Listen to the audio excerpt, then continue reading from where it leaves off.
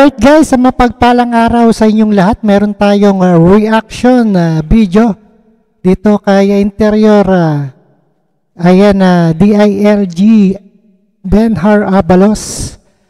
Kapalpakan ng ilang pulis hindi sumasalamin sa buong PNP.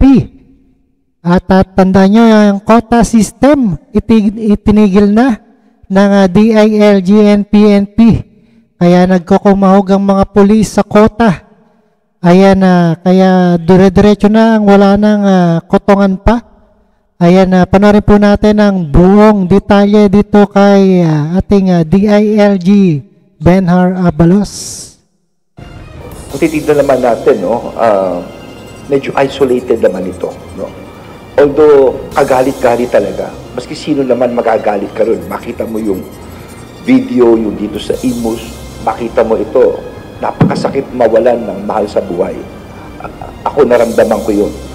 Hindi sumasalamin sa buong Philippine National Police Organization ang palpak na operasyon ng mga pulis sa Imus, Cavite at ang pagkakapatay sa teenager sa Navotas noong August 2. Ayon kay Interior and Local Government Secretary Benjamin Abalos Jr., maliit na porsyento lamang ang mga abusadong pulis kung ikukumpara sa buong hanay ng pambansang pulisya.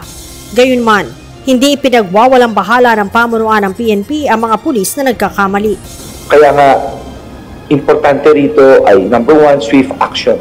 Agarang action. Pinakita naman ni Bendigases, ni Natates, talagang mabilis. Importante hustisya makamta natin. At ang importante yung bukas, anong gagawin namin? Sinabi pa ni Secretary Abalos, mahigpit nilang ipatutupad ang command responsibility sa mga commander ng mga abusadong pulis. Kung commander ka, kung ano ka, you will make sure na yung tao mo kikilos ng tama dahil ikaw mismo, delikado ka. Yun ang importante dito sa command responsibility. Dahil hindi mo gagawin, ikaw mismo ang mananagot. Sinabi pa ng kalihim na hindi na rin dapat nahintayin pa ang 3-strike policy para matanggal sa pwesto ang immediate supervisor na may mga tiwali at abusadong tauhan. Itinanggi din ng pambansang pulisya na umiiral pa rin ang quota system bilang basihan ng magandang performance at promosyon ng mga pulis. We have sat down with the SOJ, Secretary Remulla, about that quota system. And then that was the first directive of our Chief PNP, General Corda. And of course, it was also the directive of our SILG to stop that quota system.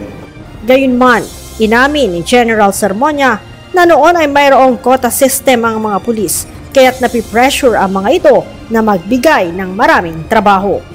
Leia, Ayan, sana tuloy-tuloy na ang ating patas na batas ng PNP. At maraming salamat kay DILG Secretary Benhar Abalos. At maraming salamat sa panonood at pakikinig dito kay Road Trip.